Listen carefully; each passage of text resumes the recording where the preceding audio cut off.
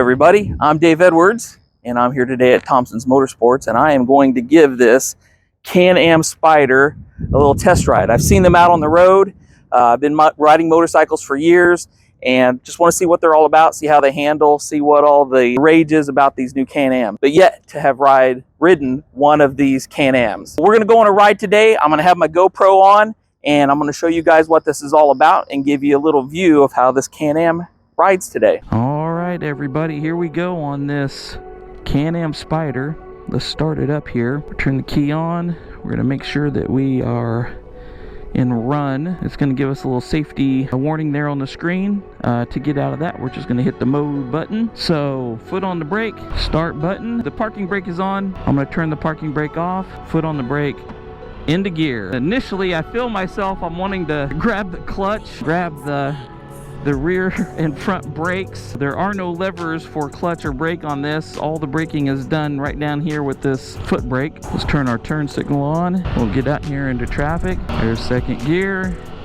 No clutch. It's not a fully automatic bike. It should downshift for us as we come up to a stop here, so we're gonna test that out. All right, it did downshift into first. Seating position's comfortable on here. I don't feel like I'm too low slung, like in a slingshot. All right, I'm gonna manually downshift there a little bit. See how that works. Yep. All right. Shifting seems smooth. No herky-jerky. We're gonna let it downshift here on its own as we brake. Come up to this light. And there we are, down into first gear. It will not upshift automatically for you. You're gonna have to, yeah, that's smooth. I still find myself wanting to reach for the front brakes and the clutch, and doing a little manually downshifting there to just get the feel for that. Yeah, plenty of power to keep up in traffic. It's a little quiet. It's hard to tell if you're in the right RPM band, if you need to downshift if you're lugging it, but we're gonna let it automatically downshift for us as we come up to this stoplight. The ride height feels good for me. I'm just I can see clearly over the top of the windscreen. The windscreen is providing some wind protection for me. It buffers off of that and goes over the top of my helmet. A little bit of wind noise, but that's coming from this full face helmet. I still feel myself wanting to pull in the clutch as I coast in here, but there is no clutch lever. All right, here comes the bypass up here. We're not going to be too aggressive and try to drag a knee around this, but let's just see how this handles. Yeah, it's a little counterintuitive. If you're a motorcycle rider, you're actually turning into the curve instead of counter steering and letting the bike lean and fall in, but that seems fine. It's just going to take a little getting used to. We'll get up to speed here. We're going to not to try to speed too much. That's all I need to do is get pulled over on a test drive. Yeah, the bike feels nice and stable. The wind's not blowing me too hard.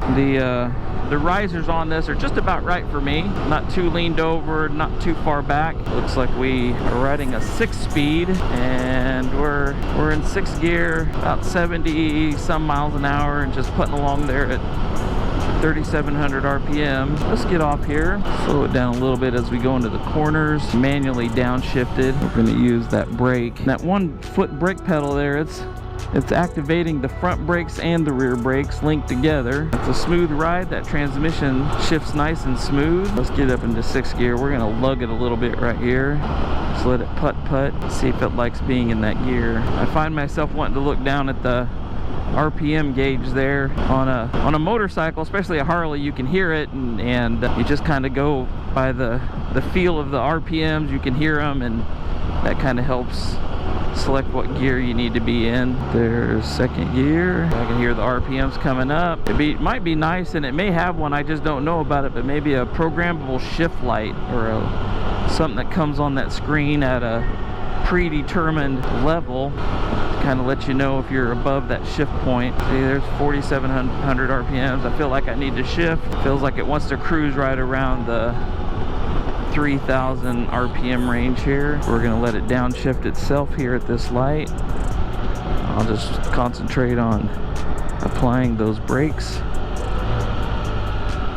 And there the bike goes. It's downshifted into first. I guess I could have turned there to head back to the Thompson's Motorsports building. We're going to go up here a couple more stoplights. And there's something you don't have to do is put your feet down and an inch forward. You just keep your feet firmly on the running boards here. We're keeping it right around in that 3,000 RPM range. It seems where it likes to run. Info screen looks like it could be a little bit bigger. Looks like they got plenty of real estate there.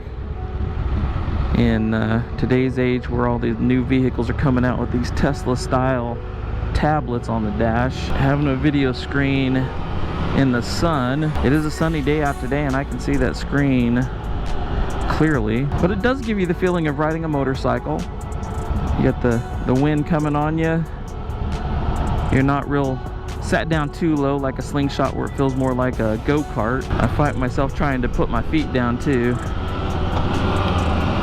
Takes a little getting used to. It feels stable even going into the corners. It doesn't feel like it's going to tip over. Alright, we're going to pull up here in front of the shop, put it in reverse and park it right here in this spot. So put it in reverse and there we go. So that is nice. If you're used to a cruiser bike, sometimes they can be big and heavy. Backing them into spots can be a little difficult, especially if you're riding two up. Reverse is nice. Windscreen, put it up a little higher if you want some wind protection. Put it down a little lower if you want some wind in your face. Looks like we've got heated grips, heated seats. So if it's a cool fall day, you can turn those on. That'll help keep you a little toasty. All right, I hope you guys enjoyed going out for a ride with me today on this Can-Am. Overall, I think it's a good bike. It's a little different from coming from a motorcycle. But going into a three-wheeler like this, you're constantly looking for the clutch lever and the brake lever. But it's a smooth running bike. Check out the storage on this thing. This thing has tons more storage than a typical cruiser bike. Check out these side pods here.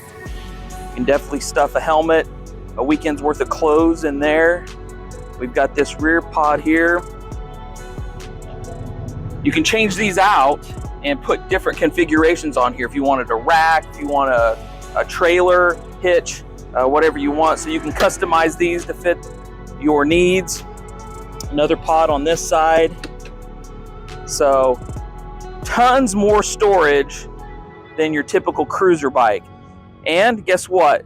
More stable. You don't have to worry about putting your feet down in sand, in oil, and slipping.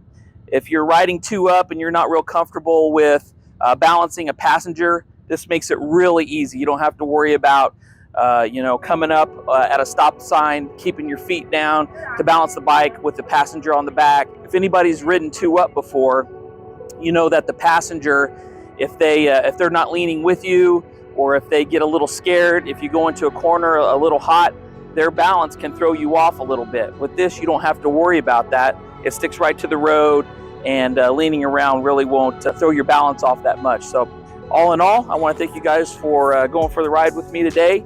And if you want to check it out, come in, go for a test drive here at Thompson's Motorsports and see how you like these new Can-Am bikes.